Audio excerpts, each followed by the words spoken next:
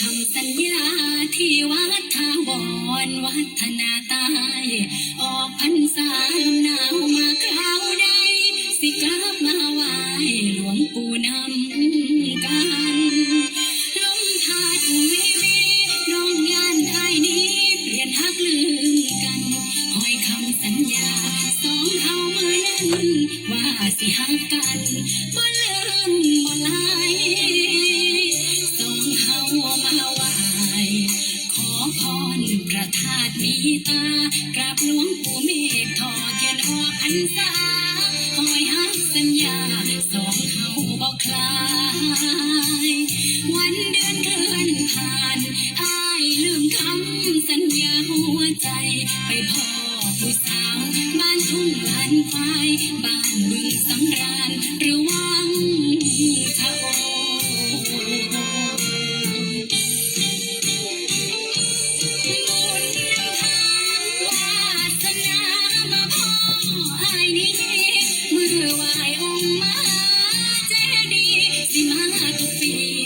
สัญญาไว้น้องยังคอยถ้าถึงหายบ่มาตามสัญญาใจยังคอยติดตามถามข่าวคราวใจผู้สาวบ้านใดดึงใจไว้น้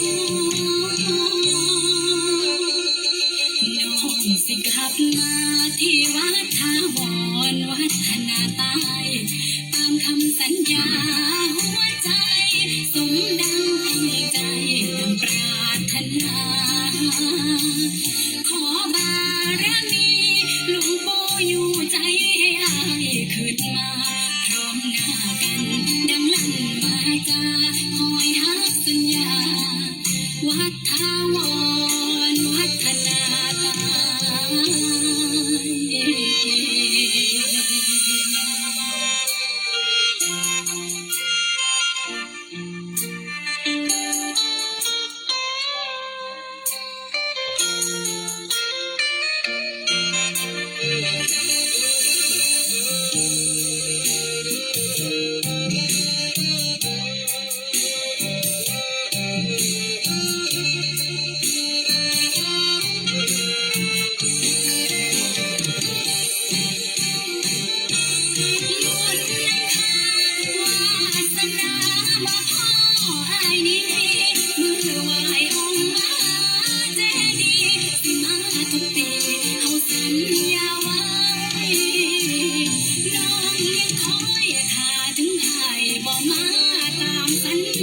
ใจ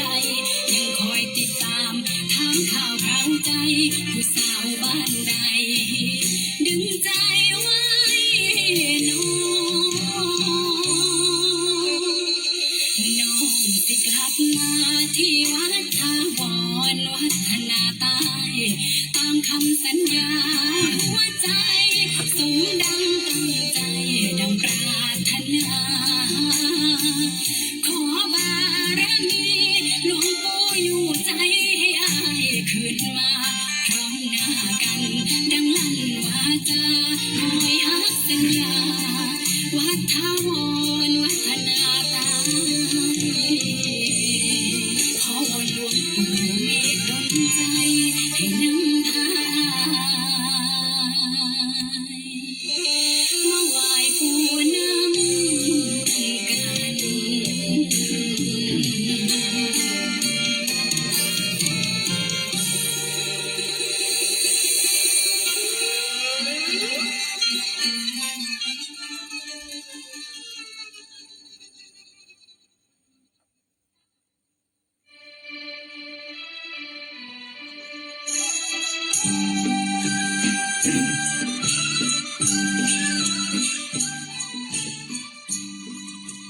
ยิ้มได้เมื่อภัยมาบ่โศกาเมื่อภัยมีข ขอความสุขสวัสดีจงบังเกิดมีแก่ท่านผู้ฟังแฟนรายการฟังสบายสไตล์วุฒิชาติ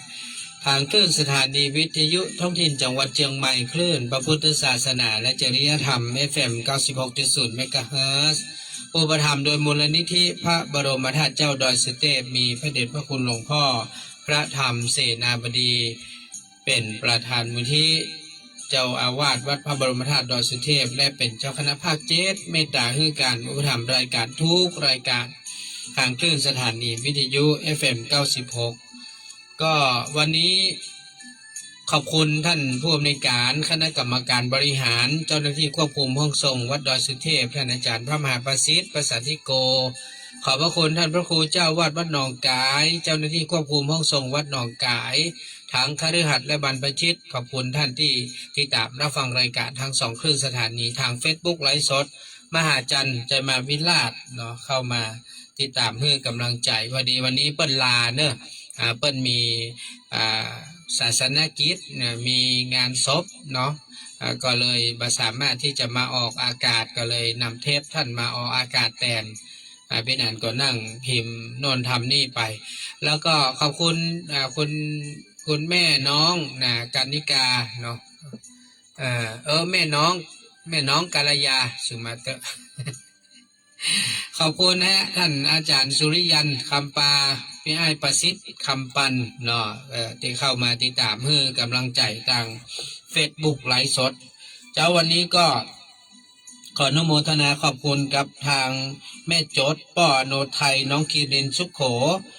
ที่ได้ร่วมทำบุญปิดคำตัวกันแล้วก็ร่วมบุญกับน้ำก้าไฟก็ตอนนี้ก็ได้จดเอาลายหมายเอาชื่อท่านที่ได้ร่วมบุญปิดคำนะครับก็พี่นันวุฒิชาติพร้อมด้วยภรรยาครอบครัวลูกหลานเนาะคุณย่าปานีปฏิสุวรรณพร้อมลูกหลานเหลนคุณปีชลิดาเอกชัยพัฒนากุลพร้อมด้วยครอบครัวคุณน้องพัชรินท่านร้อยโทประพันธ์สุกันโทพร้อมด้วยธิดาคุณยายคำปันวิชัยศรีพร้อมด้วยลูกหลานคุณแม่เรือนแก้วเลือดล่าพร้อมลูกหลานพ่อประเสริฐแม่จรัสศรีกิติพร้อมด้วยครอบครัวคุณป้าขันแก้วพรมจริงพร้อมครอบครัวแม่บุญเพียรจักรวาลพร้อมด้วยลูกหลานไอ้ชัย ไอ้ชัยพี่มอนน้องสมบูรณ์แม่อุ้ยจันคำแสงบุญพร้อมด้วยลูกหลานขอบคุณแม่เพนสีแม่เพนศึกษาเนาะแม่เพนศึกษาเนอะพร้อมด้วยลูกหลานนะครับตลอดจนถึงอนุโมทนาบุญกับคุณแม่นายนิรุบลธีรบดีนะครับพร้อมด้วยลูกหลานแล้วก็อนุโมทนาบุญกับทาง ตะกี้ก็คือแม่จดกับป้ออโนไทยน้องคีรินสุโขนะครับเนาะก็ได้เมตตาร่วมบุญกันมาก็ขออนุโมทนาบุญในความตั้งใจของทุกท่านที่เราได้ร่วมบุญปิดทองคำพระพุทธรูปที่วัดดอยสุเทพซึ่งพี่นันจะเดินทางขึ้นไปในวันที่29วันติ๊กนี้ก็เริ่มตั้งแต่9 โมงเนาะ9 โมงป่ายเป็นต้นไปนั่นแหละใครจะขึ้นไปร่วมพิธีเบิกเนตรพระพุทธรูปก็ดีร่วมทำบุญถวายแผ่นทองคำปิดพระพุทธรูปหรือว่าร่วมบุญสะเดาะเคราะห์สืบชะตานะไอ้ประสิทธิ์พี่แดงใจนี่ใครให้ไปตัวเนอะบนดอยสุเทพนะเพราะว่าเป็นโอกาสที่ดีนะคือไปร่วมพิธีสะเดาะเคราะห์สืบชะตาแบบล้านนานะเพราะว่าก็ด้วยมีคนในครอบครัวเจ็บป่วยเนาะก็อยากจะให้นะครับอยากจะให้ได้ไปร่วมกิจกรรมที่วัดดอยสุเทพเพราะว่าเป็นพิธีใหญ่เป็นงานครบรอบอายุวัฒนมงคลของท่านทุเจ้ามิ้นโตยเนาะสวัสดีครับ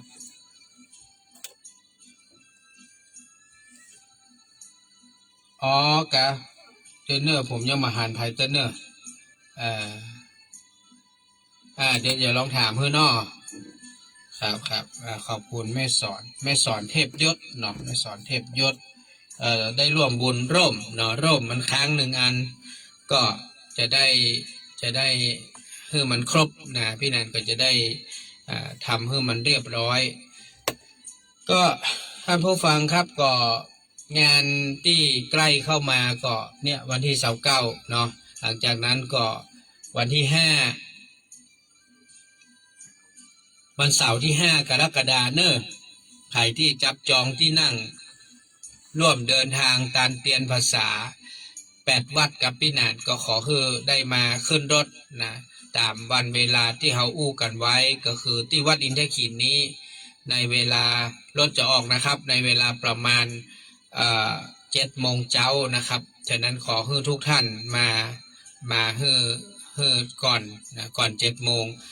แม่ฟองนวลแก้วจีโนเนอะอีแม่จะไปเนี่ยอีแม่จะต้องโอนค่าเดินทางให้เสร็จสิ้นนะแม่เนอะค่าเดินทางก็คือค่ารถ500 บาทนะครับแม่จะต้องโอนให้เสร็จสิ้นภายในวันเนี้ยเนาะเพราะว่าเขาก็จะได้จัดการให้เรียบร้อยนะครับแม่ฟองนวลแก้วจีโนยังได้ก็ถ้าได้โอนหรือยังไม่ได้โอนยังก็ติดต่อพี่หนานกับน้าแม่เนอร์0866713446เนาะก็เขาจะได้เดินทางไปทำบุญตานเตียน8 วัดนะในวันที่5 กรกฎาคมที่จะถึงนี้ก็จะได้เอาบุญมาฝากนะพ่อแม่ศรัทธาเจ้าภาพญาติธรรมทุกท่านถือว่าเป็นการทำบุญใหญ่ก่อนเข้าพรรษานะเพราะว่าวันที่10-11นี่ก็จะเป็นวันอาสาฬหะวันเข้าพรรษาวันที่10 กรกฎาคมเป็นวันอาสาฬหปูจาวันที่11เป็นวันเข้าพรรษาเนาะอันนี้ก็ต้องรีบนะเวลามันใกล้เข้ามาสวัสดีครับ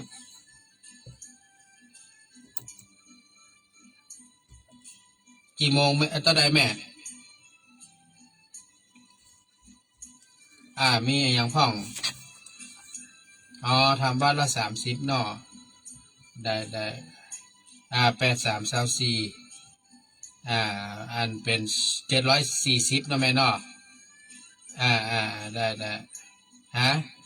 เข้ามาละแม่เข้ามาละโอเคสาธุเนอะแม่เนอร์วันเสาร์ที่5 กรกฎาคมรถออก7 โมงเนอะข้าวเจ้าแม่ก็เตรียมของแม่กินกะแล้วเดี๋ยวเข้าตอนนี้พี่นานจะมีข้าวกล่องให้คนละกล่องในการลด500เนี่ยจะมีข้าวกล่องให้คนละกล่องมื้อตอนนะได้สาธุอนุโมทนาเด้อครับก่อนอนุโมทนาแม่ฟองนวลนะแม่ฟองนวลแก้วจีโนนึกชื่อแม่ออกละแม่ว่ามันเป็นยังนั่งตั้งหลังก็ได้มันเป็นยังเป็นนั้นนะแม่ฟองนวลแก้วจีโนเนาะก็จะได้ร่วมเดินทางไปด้วยกันนะครับก็วันนั้นก็ขอบคุณกับทางไอ้ประสิทธิ์เนาะก็ได้แจ้งมาว่ามีญาติธรรมไปเพิ่มแหม1เนอะพี่นานเนอร์ได้กะมีปัญหาเนาะมีปัญหานะครับตอนนี้ก็คนที่เราจัดเตรียมไว้ก็เกือบจะครบเต็มลำรถละนะครับก็มันค้างแหมคน2 คนเนาะคน2 คนก็บ่เป็นยังครับมันขาดมันวิทย์ไปกับเป็นยังก็คงจะหักลบกบนี่ก็น่าจะเพียงพออยู่นะพี่นันก็คิดแบบนั้นนะถึงแม้มันจะขาดไป2 ที่นั่ง3 ที่นั่งมันก็เฉลี่ยไปก็น่าจะกุ้มอยู่นะครับพี่นันก็เก็บคนละ500ก็มีข้าวกล่องให้คนละ1 กล่องนะอันนี้ก็อู้กับญาติธรรมก็ต้องขอบคุณไอ้ชัยกับพี่อรวรรณดอนญาติบ้านดอนน้อยแม่แรงป่าซางหลับปูนเพื่อนจะช่วยจัดเข้ากล่องฮื้อก็ขอเพื่อนกล่องละ50 บาทเพื่อนบอกเดี๋ยวจัดฮื้อเยอะๆเลยนะก็เอาบุญด้วยกันนะกับพี่นานกับญาติธรรมเพื่อนบ้านก็ขอบคุณนะฮะขอบคุณที่เมตตาเพราะว่าเฮาก็อยากจะช่วยเหลืออนุเคราะห์สงเคราะห์กันนะไปทำบุญก็คือได้บุญได้ไส้เต็มเนาะก็ได้บุญโดยได้ข้าวกินโดยเพราะเขาเข้าป่าเข้าดอยบางทีเขาไปซ่อหากับข้าวมันยากก็เลยขอพี่อรวรรณเปิ้นจัดกับข้าวไว้ให้นะคือคนกล่องนะก็ขอบคุณเนอะที่ช่วยเป็นธุระภาระให้นะครับท่านผู้ฟังครับก็เรามาอู้ถึงเรื่องของตอนนี้นะครับ ภาวะบ้านเมืองก็บ่ค่อยสู้ดีสักเท่าใดเนาะเฮาก็เห็นอยู่ว่ามันมีข่าวมากมายแล้วโดยเฉพาะยิ่งเดียววันพรุ่งนี้ก็ได้ยินว่ามันจะมีการชุมนุมใหญ่นะที่อนุสาวรีย์ชัยสมรภูมิอย่างประมาณนี้แหละเนาะก็เป็นเรื่องของเหตุบ้านการเมืองก็เป็นสิ่งที่เราต้องเรียนรู้หรือแม้เรื่องราวของประเทศเพื่อนบ้านที่กำลังเบ่งกันไปเบ่งกันมาทุกวันเนี่ยนะเบ่งเปิดว่าเบ่งกล้ามใส่กันนะถ้าพูดเปิดกับเบ่งกล้ามใส่เฮาเฮากับเบ่งกล้ามใส่เปิ้น เบ่งกันไปขู่กันมา แต่ว่าความจริงแล้วสงครามเนี่ยนะทุกที่มันบ่ทำเพื่ออย่างดีขึ้นที่แน่ๆตอนนี้ได้รับผลกระทบพอมีปัญหากับเพื่อนบ้านประเทศเพื่อนบ้านก็เรื่องการค้าขายการทำมาหากินของคนที่อยู่ในบริเวณชายแดนหรือบริเวณจังหวัดอำเภอที่อยู่ติดชายแดนคนเหล่านี้ก็พลอยได้รับผลกระทบเรื่องการทำมาหากินเพราะว่าทุกวันนี้ต้องยอมรับว่าเศรษฐกิจมันค่อนข้างจะฝืดเคืองท่านผู้ฟังลองดูเลยนะมีเงิน100นี่นะท่านเตียวไปหมอกร้านขายครัวย่อยนี่นะก็หมดแล้วถ้าท่านจะไปกาดนัดนะถ้าแบบมี400-500นี่ท่านต้องไปเนอะเพราะว่ามันหันอย่างมันก็แค่อยากหันอย่างมันก็แค่ได้กาดนัดนี่นะโอ้นะมันต้องอู้ถึงแห้งเนอะแห้งนี่มันต้องอู้ถึงเอาแค่กาดนัดเนี่ยถ้ามีเงิน400-500ท่านต้องไปนะหักห้ามใจแหมมันต้องไปพอไปปุ๊บนี่โอ้ยอันนั้นก็แค่อยากอันนี้ก็แค่ได้เดี๋ยวมันก็จกไปจกมาก็เดียวแบงค์พันหายไปละนะเหลือเกิงเดียว แบงค์พันเหลือแบงค์500นะจากแบงค์ม่วงแบงค์เทากลายเป็นแบงค์ม่วง จากแบงค์ม่วงก็ได้ก็จะเหลือก็แบงค์ซาวนะมาปิกบ้านนะเงินหมดเพราะว่าอันอย่างมันก็ดีน่ากินน่าสนใจไปหมดนะท่านผู้ฟังแต่ว่ารายได้มันบอกค่อยจะแน่นอนนะฮะทุกวันนี้เราต้องยอมรับนะรายจ่ายเนี่ยมันมีอยู่ตลอดเนี่ยนะใกล้ๆปลายเดือนนี่ยังเอาแล้วเดี๋ยวขาดน้ำก็จะมาค่าไฟฟ้าค่าอินเทอร์เน็ตค่าโทรศัพท์ค่าอย่างพวกผ่อนหนี้ผ่อนสินก็จะมาเนาะมันเหนื่อยนะท่านผู้ฟังอย่างนั้นก็ขอให้เราต้องรู้จักการใช้จ่ายนะใช้จ่ายนี่เป็นเรื่องสำคัญนะใช้จ่ายเป็นเรื่องสำคัญนะคนเรามันพร้อมที่จะประสบกับสิ่งต่างๆมากมายอย่างที่ว่าตะเกียยิ้มได้เมื่อภัยมาไม่โศกาเมื่อภัยมีเวลาเรามีทุกข์นะบางครั้งเนี่ยเปิดบอกว่าถ้าเรามีทุกข์เรื่องใดก็แล้วแต่นะแต่เราอย่าไปนั่งเศร้านั่งหมองเนาะโอ้ยแปลงหน้าหมองตองเศร้าหน้าแฮมแก้มไม่ เพื่อจะไว้นะคนโดยเฉพาะยิ่งช่วงนี้ผมได้ยินบ่อยมากก็คือปอกกาไม่ขายเพื่อจะโจมกันขนาดนักว่าโอ้เป็นนั้นขายครัวบัจจะหาดีบัดเดียวเนี่ยบ่โอ้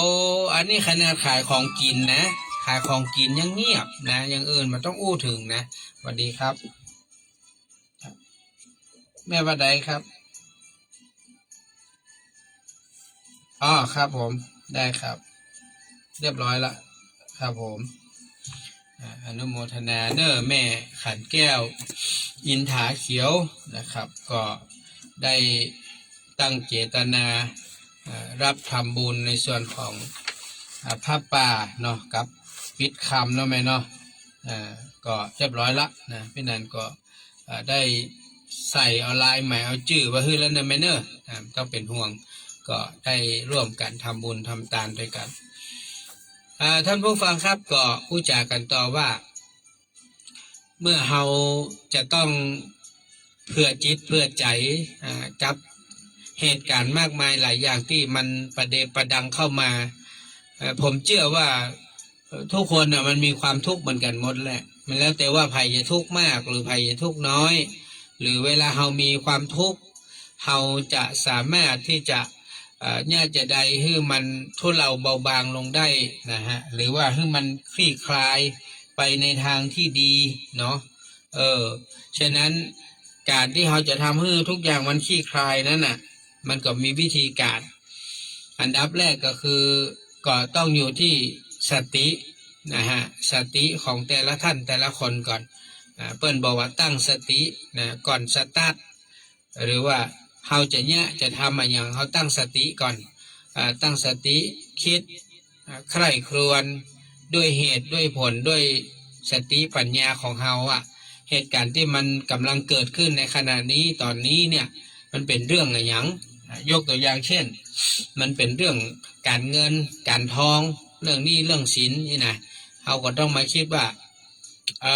จัดลำดับเปิ้นบอกนี่นะจัดลำดับหนี้ที่มันใกล้ตัวก่อนเป็นว่า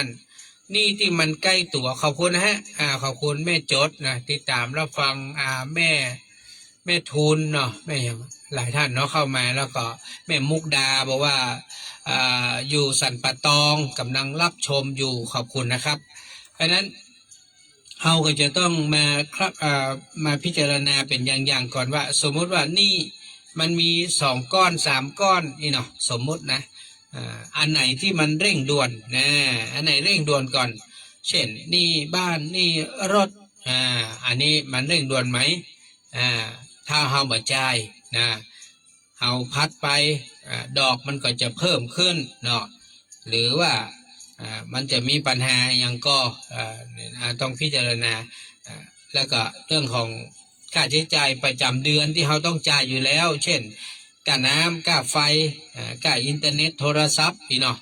อันเนี้ยอันอย่างสำคัญเนาะท่านผู้ฟังอันดับแรกเลยนะคือไฟฟ้าครับท่านจะบ่ได้จ่ายหยังก็จ้างเตอะท่านบ่ได้จ่ายค่าอินเทอร์เน็ตเปิ้นก็เดี๋ยวนี้อินเทอร์เน็ตมันเหมือนที่เหมือนเมื่อก่อนละเพราะว่ามันต้องง้อคนนะยิ่งอินเทอร์เน็ตตามบ้านเนี่ยผมเคยโดนมา2 เดือนติดกันนะ เมื่อที่ผ่านมาเนี่ยผมลืมจ่ายแล้วเปิ้นก็มาเก็บผมทีเดียวเลย2 เดือนรวดนะแต่เพิ่นจะแจ้งมาตั้งข้อความนะข้อความเวลาเราเข้าเน็ตเข้าบ่ได้แล้วหมายความว่าเดี๋ยวเราก็ต้องคลิกเข้าไปในแอปของเปิ้นคลิกเข้าไปปุ๊บเปิ้นจะถามว่าเราจะชำระแบบไหน จะชำระแบบไหนเนี่ยถ้าเราชำระเสร็จปุ๊บมันจ่ายปุ๊บมันปล่อยสัญญาณปั๊บถ้าเราฟังมันจะปล่อยที่บ้านเราหรอมันมีศูนย์ควบคุมของมันจะปล่อยคนเดียวมันหูเลยบ้านนี้เลขที่นี้นะจ่ายตังค์หรือยังไม่ได้จ่ายนะมันจะหูเลยไฟฟ้าเหมือนกันเนอะท่านผู้ฟังไฟฟ้าเหมือนกันเปิ้นไม่ใช่ว่ายิ่งระบบบัดเดียวเนี่ยเป็นไฟฟ้าเป็นแบบดิจิตอลท่านเห็นก็เป็นหม้อดิจิตอลนะมันไม่ใช่เป็นหม้อแบบเหมือนเมื่อก่อนแล้วนะเป็นหม้อดิจิตอลเป็นตัวเลขไอ้หม้อมันเนี่ยมันสามารถควบคุมได้ที่ศูนย์เปิ้นเลยเช่นหม้อเลขที่นี้มันบ่จ่ายนี่นะเปิ้นจะตัดตรงนั้นเลยเปิ้นบ่จ่ายไฟให้เฮา มันเก่งนะประเด็นนี้นะคอมพิวเตอร์มันเก่งมากท่านผู้ฟังมันต้องก่อนแล้วก็เนาะมันต้องมาถอดสายออกอีกนะต้องมีเจ้าที่มาถอดสายนะ เดี๋ยวนี้เปิ้นบ่ต้องละเปิ้นตัดที่เปิ้นเลยเปิ้นตัดที่ศูนย์เปิ้นเลยเปิ้นมีที่ระบบของเปิ้นตัดไฟตรงนี้เปิ้นตัดเปิ้นหูหมดฉะนั้นค่าไฟนี่มาก่อนอันดับแรกสำคัญถ้าเฮา7 วันแล้วเฮามาจ่ายนี่เปิ้นตัดแน่นอนแต่เดี๋ยวนี้นะมันจะเหมือนเมื่อก่อนนะฮะในช่วงที่รัฐบาลเปิ้นช่วยเหลือนี่ดีกะบางทีเป็นเดือน2 เดือนมันก็ตัดนะคือใจไปเรื่อยๆนะเพราะว่ารัฐบาลช่วยอุดหนุนวันเดียวนี้เปิ้นมันมีงบเพิ่มละเปิ้นอุดหนุนเฮาไม่ได้เขาต้องจ่ายคนเดียวจ่ายเต็มเม็ดเต็มหน่วยแล้วเขาห้ามเกิน7 วันห้ามเกิน7 วันนะถ้าเขาเกิน7 วันเนี่ยมันจะมีผลต่อเรื่องกระแสไฟเนี่ยเขาต้องลำดับดูก่อนว่าอันไหนมันจำเป็นเรื่องของครอบครัวก็เหมือนกันนะเรื่องผัวเรื่องเมียเรื่องพ่อแม่ลูกหลานพี่น้องถ้ามันเกิดเรื่องราวขึ้นมาหลายๆเรื่องพร้อมกันเราต้องไปดูก่อนว่าเรื่องไหนมันเป็นเรื่องคอขาดบาดตายโอ้บัดเดี๋ยวนี้มันเป็นเรื่องอย่างมันเป็นเรื่องลูกหลานเฮามันกำลังทะเลาะกันนี่เนาะเนี่ยถ้าเฮาบ่ช่วยไปบอกไปห้ามมันก็จะอาจจะทำร้ายกันอาจจะมีการฆ่าฟันกันนี่นะอันเนี้ยสำคัญจำเป็นต้องไปเคลียร์ก่อนผัวเมียทะเลาะกันอันนี้ก็เป็นเรื่องที่ก็เป็นเรื่องใหญ่อยู่แต่ก็ต้องดูเหมือนกันว่ามันต้องรีบแก้ไขวันนี้วันพุธก่อนถ้ามันยังไม่ได้ต้องแก้ไขเตื้อก่อนต่างคนต่างอยู่ไปก่อนมันเหมือนที่แบบเรื่องคอขาดบาดตาย นะเรื่องพ่อเรื่องแม่เจ็บป่วยบ่สบายอีเนาะสมมุติเอาอันนี้เรื่องใหญ่นะเรื่องใหญ่เลยอันนี้บ่มีก็ต้องหาบ่แม่ก็ต้องซ้ออย่างซ้อสะตุ้งสะตางเอาเปิ้นไปหาหมอก่อนเนาะเอาไปหาหมอให้เปิ้นรักษาก่อนเคลียร์ตรงนี้ไปก่อนไปถึงมือหมอแล้วอยู่โรงพยาบาลแล้วโอ้พี่แหนแล้วค่ารักษาพยาบาลก็ไปไล่พอแหละมีประกันไหมประกันมามีบัตรทองหรือเปล่าบัตรทองมีไหมเนี่ยเดี๋ยวนี้เพิ่นมีหมดอะให้มามีประกันกับมีบัตรทองเนาะ30 บาทรักษาทุกโรคนะเขาก็ไปไล่เช็คดูว่าเขาสามารถใจสิทธิ์อย่างได้พ้องนี่เนาะก็ค่อยๆคิดไปโรงพยาบาลเพิ่นก็ไม่ใช่ว่าโอ้จะเอาวันนี้วันพุธเนาะเพิ่นก็จะยืดหยุ่นให้อยู่นะครับเพราะอย่างใดก็มีตัวประกันอยู่ในห้องยาอยู่ล่อ ใครก่อนเนี่ยก็ญาติเฮานะกะพ่อแม่เฮาผัวเฮาเมียเฮาลูกหลานพี่น้องเฮามันก็เป็นเหมือนตัวประกันนะก็มันนอนอยู่บนเตียงนั่นแหละมันไปไหนได้เนาะ มันก็รอว่ามันได้มึงเขาจะเอาเงินมาจ่ายมึงเอามาจ่ายแล้วกูจะได้ปิกบ้านนะ ก็ได้จ่ายกูไม่ได้ปิกบ้านนะเฮ้ยนะอันอย่างเงี้ยนะมันต้องห่วงอันเนี้ยมันมีรับประกันอยู่ นะทุกเรื่องเหมือนอย่างเฮาผ่อนรถเหมือนกันเนาะรถเดี๋ยวนี้เพิ่นก็บ่ใช่ว่าซุ่ม4ซุ่ม5จะยึดนะเพิ่นมีกฎหมายคุ้มครองท่านผู้ฟังนะถ้าเฮาบ่มีเงินต้นแท้ๆเนาะก็เข้าไปอู้กับเพิ่นโอ้ตอนนี้เงินต้นบ่มีเนอะผมขอจ่ายดอกไปก่อนได้ก่อเดี๋ยวสัก2-3 เดือนเนอะเดี๋ยวถ้ามีได้จะมาเคลียร์ต้นฮื้อไปอู้กับเพิ่นแต่ห้ามลบลี้หนีแน่เด้อผมเชื่อนะร้านขายทุกอย่างน่ะขายปุ๋ยขายยาขายรถเครื่องรถยนต์ขายอย่างกระจ้างไม่แต่ธนาคารนะที่เฮาไปผ่อนบ้านผ่อนตี้นี่นะผมเชื่อนะปัจจุบันนี้ซ้ำหายเขาบ่อยากให้มันเป็นหนี้เสียเขาพยายามช่วยเฮานะขนาดผมนี่นะว่าจะเป็นหนี้เสียนะเนี่ยเมื่อกี้วันเนี่ยเพิ่งส่งจดหมายมาให้ผมนะฮะตั้งแต่เฮาไปปรับปรุงโครงสร้างหนี้เนี่ยแล้วเฮาก็จ่ายเงินเปิ้นตลอดเนี่ยทุกวันเนี่ยเปิ้นก็ปรับให้เฮาอยู่ปรับให้เฮาหนี้เนอที่เปิ้นที่เฮาแบบเป็นหนี้ที่มันดอกเบี้ยที่มันเยอะเปิ้นก็ลดให้เปิ้นลดให้นะ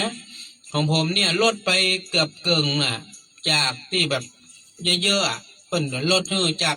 20,000เนี่ยเหลือประมาณ10,000 กว่าบาทเนี่ยนะเปิ้นก็ลดให้เนอะดอกเบี้ยเนี่ยไม่ใช่ว่าเปิ้นบ่ลดแต่ว่าเปิ้นบ่อยากให้เฮาทิ้งชำระเงินคือถ้าเฮาทิ้งมันจะเป็นหนี้เสียทันทีเลยธนาคารก็จะต้องแบกรับภาระตรงนั้นถ้าจับใดเฮายังส่งอยู่อย่างน้อยเฮาไม่ได้ส่งต้นเฮาส่งดอกเนี่ยอย่างผมเนี่ยเปิ้นให้เฮาส่งดอกไปจนถึงปุ่น31 ธันวาเนี่ยเขาก็ส่งเขาไปเรื่อยๆนะเขาส่งดอกตัวเขาส่งต้นเห็นน้อยนะอย่างน้อยเพื่อกับมีกำลังใจโอ้มันจะส่งกระดอกแล้วต้นมันก็ส่งเนี่ยเขาอาจจะส่งมาเต็มแต่ก็ยังได้ส่งอยู่แล้วมันก็เป็นสิ่งที่ดีนะอย่างน้อยก็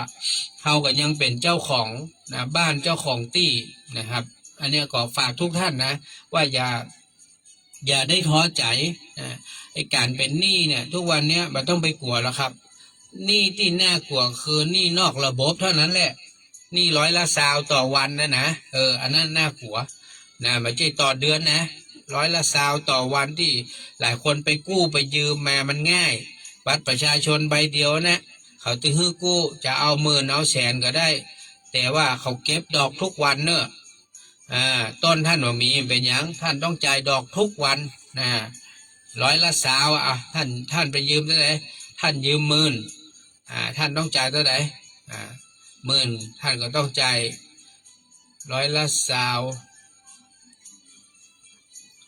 20%ปันก็200โค10,000ก็วันละ1,000กะ10,000ก็2,000ผมใจกล้าผมอย่ามาแปลงนะอันนี้ก็หมอว่านะลองไปพิจารณาผมว่าหลายคนถ้าหากว่าท่านจำเป็นต้องจ่ายเงินผมแนะนำให้ท่านไปที่ธนาคารเถอะธนาคารเนี่ยอย่างน้อยเปิ้นก็จะมีใบทวงหนี้มาเนาะกว่าเปิ้นจะฟ้องกว่าเปิ้นจะยึด โอ้โหมันใจเวลาเมินบางทีเป็นปีปุ้นนะกว่าจะยืดทรัพย์ยืดอย่างมันใจง่ายๆมันต้องไปฟ้องคดีก่อนนะให้ศาลตัดสินก่อนถึงจะมายืดได้เนาะเอาไปขายทอดตลาดนั่นนะนะดังนั้นเฮาก็ค่อยๆกึดค่อยๆเนี่ยค่อยๆทำไปผมเข้าใจว่าทุกคนเป็นหนี้เป็นสินลำบากเรื่องของบางทีคนในครอบครัวเป็นโรคเป็นภัยที่ซ้ำหายเนาะมันก็เหนื่อยกันหมดอ่ะคือเคยทำงานได้ก็ทำงานมาได้เนี่ยก็ต้องมาดูแลพอคอยกันเนี่ยก็ต้องคิดถึงนะคิดถึงอย่างคิดถึงตอนสมัยเมื่อต่างคนก็ต่างยังแข็งแรงอยู่นะต่างคนก็ยังต่างได้เปิ่งป้าอาศัยกันนะมาวันหนึ่งคนใดคนหนึ่งเจ็บป่วยบ่สบายอีกคนหนึ่งก็มีหน้าที่ที่ต้องดูแลกันเจ็บเป็นเย็นอุ่นก็ต้องพอคอยดูแลกันให้ถึงที่สุดเพิ่นบอกว่าทำหน้าที่ในการช่วยเหลือเกื้อกูลซึ่งกันและกันเพราะยิ่งคนเป็นคนในครอบครัวเดียวกันอย่างเพราะคนเป็นสามีภรรยาอย่างเงี้ยคนหนึ่งป่วยอีกคนหนึ่งก็ต้องยอมเหนื่อยยอมเสียสละหน่อยหนึ่งมันเป็นเรื่องธรรมดาเขาก็อย่างเปิ้นว่าอย่างก็ตกตาเปิ้นเป็นดีไข้หัวตกตาตัวเป็นดีไข้ให้ไข้ห้องมันลักษณะเดียวกันยกตัวอย่างเช่นสมมติว่าเฮาบอกป่วยแต่แฟนเฮาป่วยเนาะเฮาก็ต้องดูแลเปิ้นคือบางทีเปิ้นดูแลตัวเก่าบ่ได้เตื้อเนาะช่วยเหลือตัวเก่าบ่ได้เฮาก็ต้องคอยดูแลช่วยเหลือซัพพอร์ตดูแลกันมันตุกกับตุกด้วยกันสุขกับสุขด้วยกันนะเปิ้นว่าเนาะมีสุขร่วมเสพมีทุกข์ร่วมต้านเนาะคนที่เป็นผัวเมียกันมันต้องมีจุดตรงนี้แหละเป็นจุดที่จะสามารถที่จะมัดใจกันได้โอ้มาเกิดถึงเนาะสมัยเมื่อเฮาเจ็บป่วยโอ้เปิ้นดูแลเฮาพอถึงเวลาเปิ้นเจ็บป่วยเฮาก็ต้องดูแลเปิ้นเมื่อก่อนผมเคยได้ยินพ่อแม่บุญธรรมผมเปิ้นเล่าให้ฟังเปิ้นพ่อบอกว่าโอ้สมัยย้อนไปเมื่อ30 ปีที่แล้วนะแม่นี่ป่วยหนักขนาดละโอ้ป่วยหนักเลยล่ะใจเงินใจทองโอ้เงินที่เก็บสะสมมานะโอ้เอาไปรักษาเพื่อนปัดต่อแทบจะหมดเลยล่ะเดี๋ยวเพื่อก็ฟื้นเพื่อก็ดีขึ้นมาพอมาเมื่อนี้พ่อบุญธรรมป่วยปุ๊บปั๊บเลยเข้าโรงพยาบาลอาการหนักเลยแม่ก็เป็นคนช่วยดูแลเปิ้นนะจนประเดี๋ยวนี้พ่อก็ปีฟื้นคืนมาได้สามารถจะไปกล้าไปขายได้เห็นไหมชีวิตคนเฮามันเป็นอย่างเงี้ยเปิ้นว่ามันก็บ่ฮู้เนาะชะตากรรมของแต่ละคนว่าโดยเฉพาะยิ่งความเจ็บป่วยเนี่ยท่านผู้ฟังมันจะเกิดขึ้นเฮาตอนไหนเฮาก็บ่ฮู้นะอย่างผมกับภรรยาก็เหมือนกันบางเทื่อก็ยังพอกันแม้ว่าเกิดไข้ปุ๊บปั๊บเป็นอย่างขึ้นมานักนี่ก็จะเหนื่อยเหมือนกันเนอะมันจะเหนื่อยเหมือนกันอย่างสมมติว่าภรรยาผมป่วยเนาะผมก็จะต้องปีกเวลาไปดูแลเปิ้ลเนาะถ้าผมป่วยเปิ้ลก็จะต้องได้อาจจะต้องย้างงานมาดูแลเฮาอย่างเงี้ยเนี่ยมันเป็นเรื่องที่แบบคือต้องเข้าใจเนาะต้องเข้าใจนะคนเฮานะมันจะห่านใจกันก็ต่อเมื่อเจ็บเป็นเย็นอุ่นนี่แหละคนว่านะเจ็บป่วยบ่สบายนี่แหละดีที่สุดเลยคนที่จะพิสูจน์ใจกันนี่นะมันไม่ยากคนว่าเหมือนอย่างบางคนเป็นเศรษฐีอย่างเคยเล่าแต่ก่อนเศรษฐีนะโอ้มันรวยขนาดแล้วก็หมู่เพื่อนฝูงเยอะคนนั้นก็มายื้อคนนี้ก็มาหาที่มายื้อมาหานี่มันใช่อย่างนะก็คือมาขอเงินไปเป็นทุนเป็นฮอนอย่างเงี้ยทีนี้วันหนึ่งเปิ้นก็อยากจะพิสูจน์อยากจะพิสูจน์ใจเพื่อนฝูงเปิ้นนะ อยากจะพิสูจน์ใจภรรยาเปิ้นอยากจะพิสูจน์ใจลูกเต้าเปิ้นก็เลยไปอู้กับเพื่อนคนหนึ่งว่าคือเพื่อนคนเนี้ยเอาทรัพย์สินสมบัติของเปิ้นไปหมดเลยเนอะกิจการนี้เอาไปหมดเป็นเพื่อนที่แบบไว้ใจกันที่สุดตายแทนกันได้แล้วคือเพื่อนคนนี้เอาไปเก็บหมดแล้วแกก็มาบอกว่าโอ้บ่เดียวนี่นะ การค้าขายของข้านี่นะมันพุดตื่นเนอะมันพุดตื่นตอนนี้บัดเหลืออย่างซักอย่างบัดเดี๋ยวนี้นะที่เหลือก็คือเหลือก้าบ้านนี่แหละเหลือก้าบ้านนี่แหละนะแล้วก็เงินติด ติดบ้านอยู่เล็กน้อยเป็นว่านะนอกนั้นบ่เหลืออย่างซักอย่างครับผมว่าจะได้ครับชื่ออย่างครับ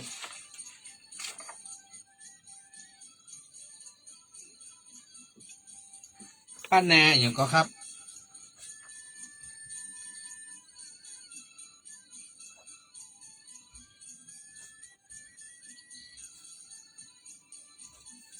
ป้าวันนา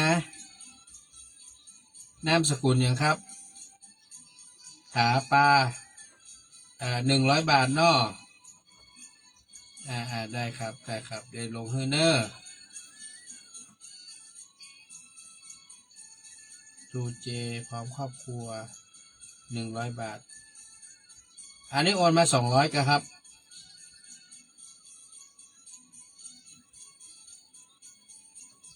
นันโลพร้อมครอบครัว120เหรอ100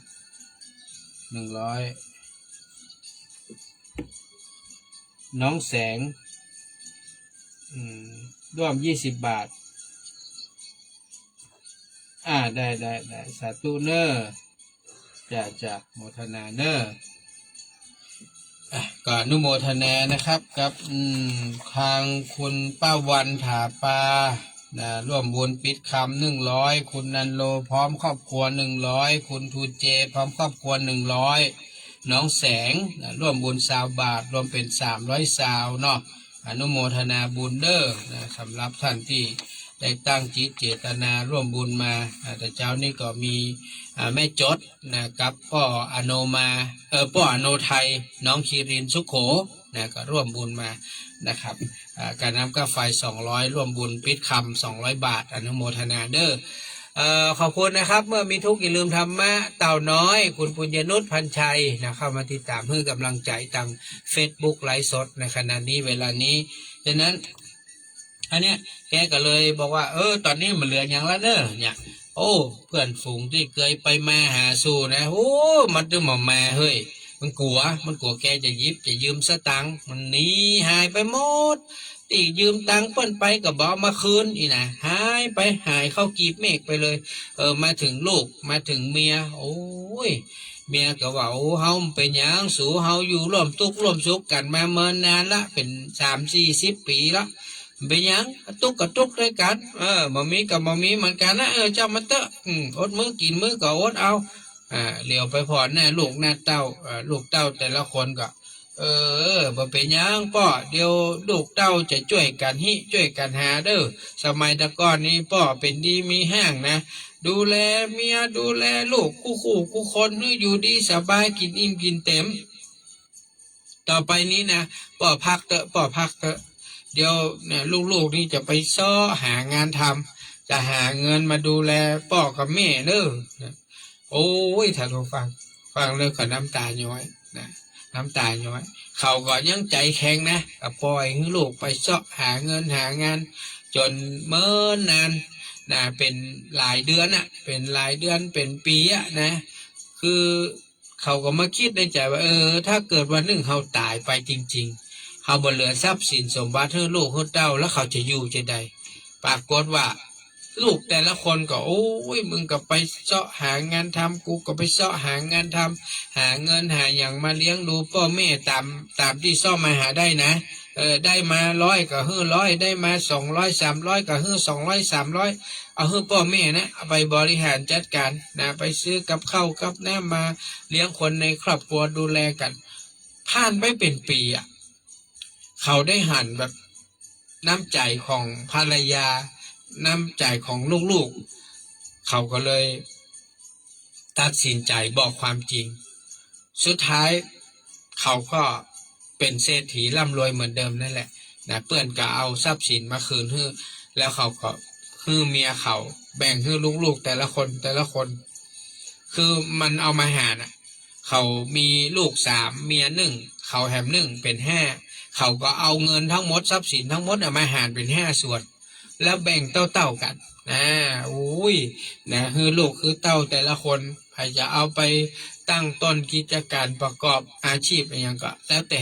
คือสิทธิ์เลยคนละปุ่น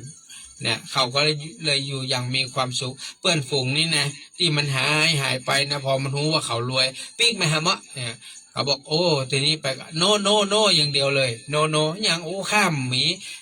มีเงินเหมือนเมื่อก่อนละทรัพย์สินสมบัติข้ามไปที่เป็นของข้าละข้าแบ่งไปหมดเลยไปนี้นี่แบ่งให้เมียแบ่งให้ลูกคนละหุ้นหมดข้าก็เหลือหุ้นเดียวเนี่ยไม่ได้เหลืออย่างเอาไว้กุ้มกินกุ้มใจส่วนตัวไปได้บ่มีเขาสู่เขาไปยิบไปยืมแล้วเนี่ยสุดท้ายมันก็เป็นการพิสูจน์ใจคนเฮาอย่างหนึ่งว่าเนี่ยถึงเวลาเป็นว่านะยามมั่งมีนะเมื่อมั่งมีมากมายมิดหมายมองเมื่อไม่มีอย่างนั้นเนี่ยเมื่อไม่มีมิดเมินไม่มองมา เมื่อมอดม้อยหมูหมาไม่มามองอะไรประมาณนี้แหละก็คือมันไม่มีใครสนใจแล้วล่ะนะมันมีอย่างมีอย่างมันมีเงินมันมีทองมันมีหน้ามันมีตาอย่างเงี้ยใครก็บ่สนใจแล้วท่านผู้ฟังนะผมถึงบอกว่าทุกสิ่งทุกอย่างในโลกนี้มันเป็นสัจธรรมนะมันเป็นสัจธรรมแม้กระทั่งตัวผมเองเนี่ยพี่หนานวุฒิชาติเองเนี่ยสมัยตะก้อนนะโอ้ยก็เคยอยู่ในช่วงเนื้อหอมนะ ใครว่ามาเคยมีในช่วงเนื้อหอมเนอะอ๋อสาธุครับอันไอ้ประสิทธิ์ไอ้ประสิทธิ์คำปันพี่กุลนิพากันทจันทร์นะพร้อมครอบครัวบอกว่าขอร่วมปิดคำตัวเนอพี่หนานสัก300 บาทสาธุเนออนุโมทนาเนอไอ้ที่จริงใครอยากให้ไปร่วมนะไปร่วมทำบุญไปเปิ้ลนะปิดคำเลยนะนะเพราะว่าจะได้รวดสะเดาะเคราะห์สืบชะตาไปด้วยกันเนาะถ้าไปได้นี่นะใครให้ไปตัวกันนะครับก็ขอบคุณเนออนุโมทนาตัวกับไอ้ประสิทธิ์คำปันปี้กุลนิพากันทจันเนอที่ได้ร่วมบุญปิดคำ300 บาทก็ผมก็ที่จริงก็จะปิดแล้วล่ะปิดวันนี้แหละวันเนี้ยเที่ยงวันเนี้ยก็ปิดละเพราะว่าเดี๋ยวจะได้พิมพ์เอาลายใหม่เอาชื่อแล้วก็จะเอาสตุ้งสตางค์ใส่ซองให้เรียบร้อยนะถึงวันงานก็จะได้นำไปหอมไปตานอ๋อท่านสุริยันเปิ้นจะไปวันที่5เปิ้นไป8 วัดเจ้าวันที่9ละเปิ้นเหลือ8 วัดท่านจากสุริยันจะไปก่อจะไปกับไปการลดคน500เนอะถ้าไปก็บอกเพราะว่าวันที่5นั้นผมจะมีรถตู้นะที่ท่านพระครูเสิร์ชเปิ้นช่วยการน้ำมันเพิ่มจะไปฮับที่ตีนดอยนะตีนบันไดหน้าขณะสวัสดีครับอ๋อจ้าพี่เปิ้ลจ้าได้จ้าสาธุครับครับขอบคุณพี่เปิ้ลศิริกรจันทรศิริน้องนลินน้องตะวันพจนาถบอกว่าขอร่วมปิดคำตัว100 บาทสาธุเนอร์อันนี้ก็สำหรับท่านที่ห้าบุญก็คือโอนให้เสร็จสิ้นภายในเตี้ยงนะเตี้ยงวันนี้เพราะว่าเดี๋ยวพี่นันจะได้พิมพ์จะได้ปิ้นรายชื่อแล้วก็ใส่สตุ้งสตางค์ในซองแล้วก็จะปิดซองให้เรียบร้อยแล้ววันที่9ที่เสา9ก็จะนำไปตานที่วัดดอยสุเทพนะท่านตัวเจ้ามิ้นเปิ้นได้บอกบุญมาพี่นันก็จะได้นำไปให้หอมที่เปิ้นก็อนุโมทนาขอบคุณทุกท่านนะที่ได้ร่วมบุญกันนะเพราะว่าทุกสิ่งทุกอย่างที่เราทำก็เป็นบุญของไผ่ของมันนั่นแหละของแต่ละท่านแต่ละคนนั่นแหละเนาะไผ่ทำก็คนนั้นได้ไผ่บ่ทำก็บ่ได้อันนี้เป็นเรื่องธรรมดานะคนทำก็ได้บุญคนบ่ทำก็บ่ได้บุญอันนี้พูดถึงบุญที่เขาทำเป็นบุญทานนะบุญทานเพราะว่าบุญทานนี่มันก็เพิ่นบอกว่าเป็นบุญที่ทำง่ายนะทำง่ายแล้วก็ได้บุญทันทีได้บุญยังไงก็พระพุทธเจ้าท่านตรัสว่าการทำบุญเนี่ย การทำบุญทำทานเนี่ยก็คือได้ละความตนีก็คือได้เสียสละนั่นแหละถ้าคนบละความตนีหรือบละความขี้จิมาสามารถทำบุญได้เนาะมาทำบุญมาได้หรอกเพราะถ้าคนเขายังห่วงทรัพย์สินเงินทองเข้าของเขามันทำบุญมาได้ทำบุญทำทานได้นะฮะฉะนั้นการทำบุญทำทานเนี่ยมันเป็นการทำที่ง่ายที่สุดแล้วได้บุญทันทีนะทำทีที่เราทำนะครับก็แล้วแต่ท่านจะพิจารณาอันนี้พี่นันก็หูฟังเฉยๆฉะนั้นเวลาเราประสบกับอย่างกันแล้วแต่นะสิ่งสำคัญก็คือว่าต้องตั้งสติก่อนนะจะเกิดเหตุการณ์อย่างขึ้นก็แล้วแต่นะเ เราสามารถที่จะทำให้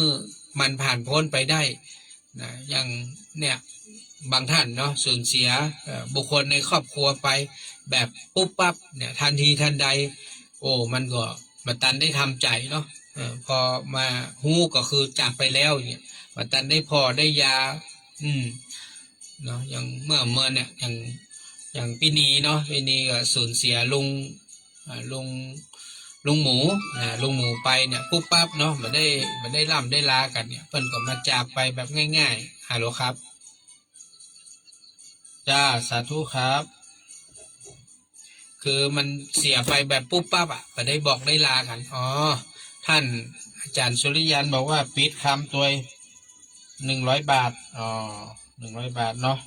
สาธุเนอร์อนุโมทนาเนอร์ท่านสุริยันเนอร์เดี๋ยวได้พิมพ์ออนไลน์มาเจอไปด้วยกันฉะนั้นอันเนี้ยบางทีการที่เฮาสูญเสียคนอันเป็นที่รักนะว่าจะเป็นพ่อแม่เฮาว่าจะเป็นผัวเมียลูกหลานพี่น้องเฮาอีนะครูบาอาจารย์เฮาอีนะแบบปุ๊บปั๊บที่เฮาบ่ได้แบบได้ดูแลได้ยุกได้ยากันเลยอย่าเนาะมันก็มีความรู้สึกแบบใจหายเนาะใจหายอันนี้เป็นเรื่องธรรมดานะหลายคนก็เป็นอย่างเงี้ยเพราะว่าการที่เราไม่ได้ดูแลกันเลยเนี่ยแล้วจู่ๆมันจากไปแบบปุ๊บปั๊บมันก็เป็นอย่างที่ทำให้เกิดความคืออะไรอาวรณ์นะครับทุกฝั่งนะแล้วก็พอจัดงานทำบุญทำทานไปเรียบร้อยแล้วโอ้มันก็วงเวงเนอะวงเวงนะก็อย่าลืมว่าอยู่กันมา30-40 ปีเนี่ย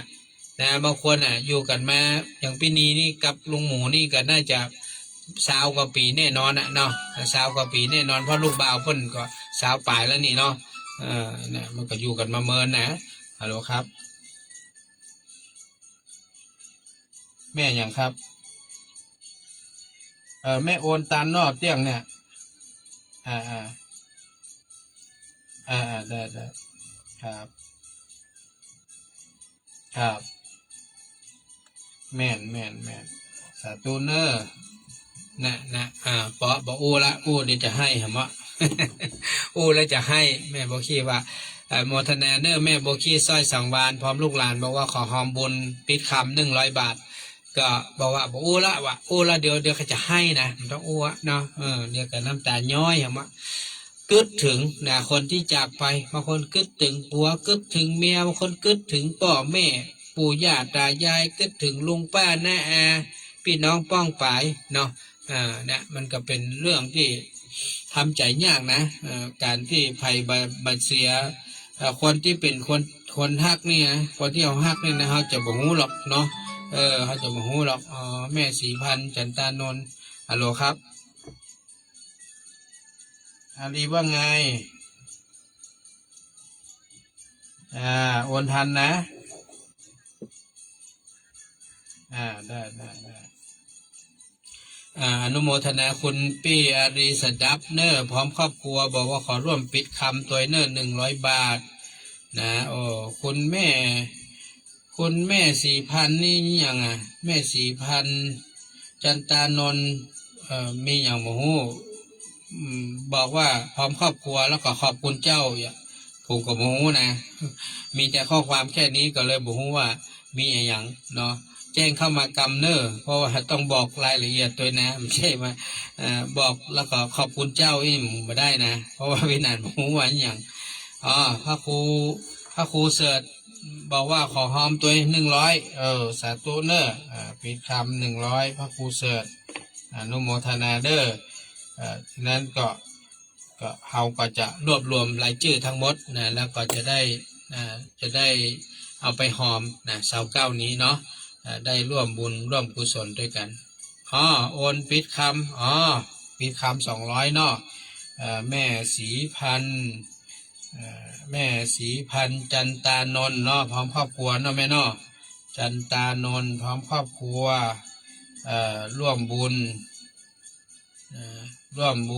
200 บาทปิดคำสาธุเนอร์ปิดคำพระพุทธรูปเนาะที่ดอยสุเทพนะวันที่29นะครับ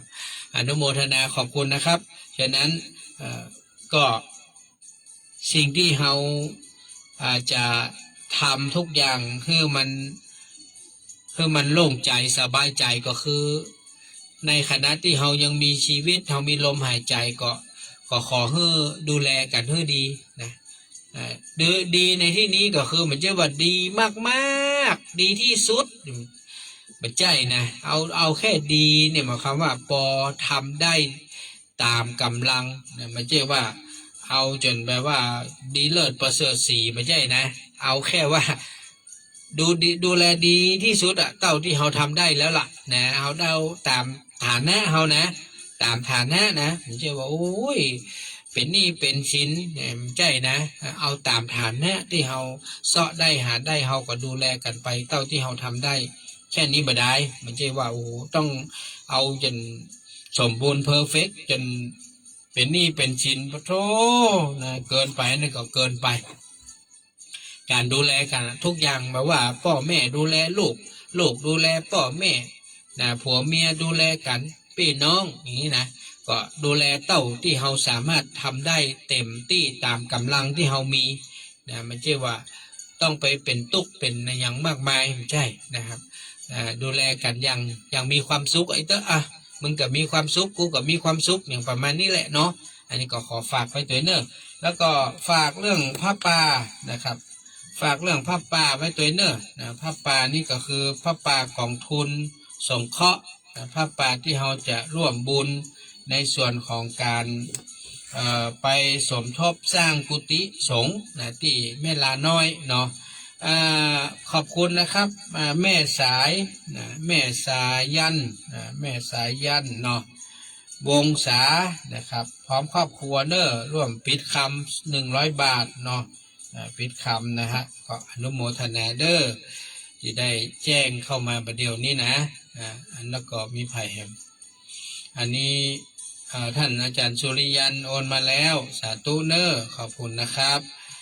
คุณแม่4,000ก็โอนแล้ว200 บาทเนาะสาธุครับอนุโมทนาเด้อตะกี้คุณพี่สิริกรจันทรศิรินะพร้อมด้วยน้องนลินน้องตะวันพ่อเจนาฏก็โอนมาละขอบคุณทุกท่านนะครับก็เดี๋ยวจบรายการแล้วก็จะพิมพ์รายชื่อแล้วนะพิมพ์รายชื่อนี่มาห้าบแล้วเด้อตึกเตี้ยงนี่ผ่านไม่ต้องหลังเตี้ยงไปแล้วมาห้าบแล้วเด้อเพราะว่าพี่นันมีเวลาที่จะทำเพื่อก็จะพิมพ์แล้วก็จะพิมพ์ให้เรียบร้อยแล้วก็จะได้นำปัจจัยใส่ซองนำไปหอมไปตาลในวันที่29นี้นะกับท่านด้วยเจ้ามิ้นเพิ่นเมตตาบอกมาว่าขอพี่นันบอกบุญศรัทธาญาติโยมร่วมบุญกับอาตมาภาพเด้อจะครบ36นะวันที่29 มิถุนายนนี้นะก็จะมีพิธีใหญ่นะเบิกเนตรพระพุทธรูปทำบุญปิดคำนะเป็นคำแต่เนาะไม่ใช่คำนี้นะคำ99%นะแล้วก็มีในส่วนของการสะเดาะเคราะห์สืบชะตาตัวนะแบบล้านนาเนาะก็ตั้งแต่9 โมงปลายนะประมาณ10 โมงนี่แหละไปจนถึงเที่ยงนั่นนะประมาณนี้ก็ฝากทุกคนทุกท่านนะครับเนอะเอาวันนี้ก็พอเวลากับหมดเวลาก็คงต้องได้น้อมนำรายการนะครับจากลาท่านผู้ฟังไปก่อนขอบคุณอนุโมทนาบุญทุกท่านโอ้ไอ้นิพันธ์ทองลักษณ์เนาะขอร่วมปิดคำตัว100ครับพี่นันได้ขอบคุณนะครับเอาละวันนี้ก็ สมควรแก่เวลาละขอนำรายการล่ำลาท่านผู้ฟังไปก่อนขอบคุณอนุโมทนาบุญทุกท่านสวัสดีครับ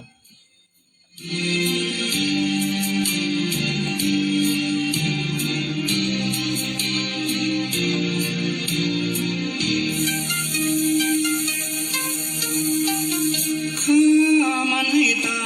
ยไปเลยดีกว่าให้มันฆ่าเรากิเลสมัวเมาเผามันให้สิ้นอย่าเสียดายอยู่ไปให้มันยามมินก็กินหัวใจเราสิ้นดีดินไปตามต้องการองค์พระสัมมาเมตตาสอนสั่งฟังไว้ให้ดีสติเรามีปัญญาคงมันหยุดยั้งใจและกายไม่ให้ฟุ้งซ่านเชื่อคำพระโพธิญาณจงประหารกิเลสทิ้ง ไปโกรธกันเกลียดกันใจนั้นมันให้รุ่มร้อน แม่อย่างก็ครับ อยู่อย่างเบื่อเหนื่อยกายทายทอน แม่สุนากันทีนะ ว่าวุ่นสวน 200 บาท เธอจ้า อันนี้โอนแล้วกันครับ หยุดคิดสักนิดได้ไหม อ๋อได้ครับ เกลียด ครับ โกรธไม่อภัย อ๋อครับ ที่เลว ขอบ ร้า คุณครับ ยกลายเป็นดีแน่ข้ามันให้ตาย ครับ จาก ไผ่ ใจ อันนี้ไผ่ ดีกว่ามาท อ๋อเจ้าสาธุครับ กิเลสเผากลานทุกวันจนแย่ สิ้นลมไปสู่ทางอบายแน่ๆโลกโกรธหลงกลมได้